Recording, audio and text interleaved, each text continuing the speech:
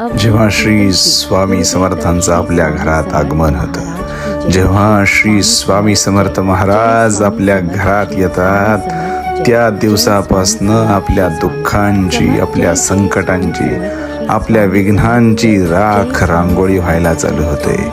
महाराज आपल्याकडे बघतात, महाराज आपल्याकडे दृष्टी टाकतात आणि सांगतात, तुझ्या मागं कोण नव्हतं, तुझ्या मागं कुणी नव्हतं, म्हणून तुझ्या घरात आलोय, तुझा रक्षण करता, तुझा सर्व कार्य करविता करविता आजपासून मी आहे. माझी सेवा करत राहा. ह्या सेवेचं फळ तुला एक दिवस असं मिळेल की तुलाच उमगणार नाही की तू काय मिळवलंयस.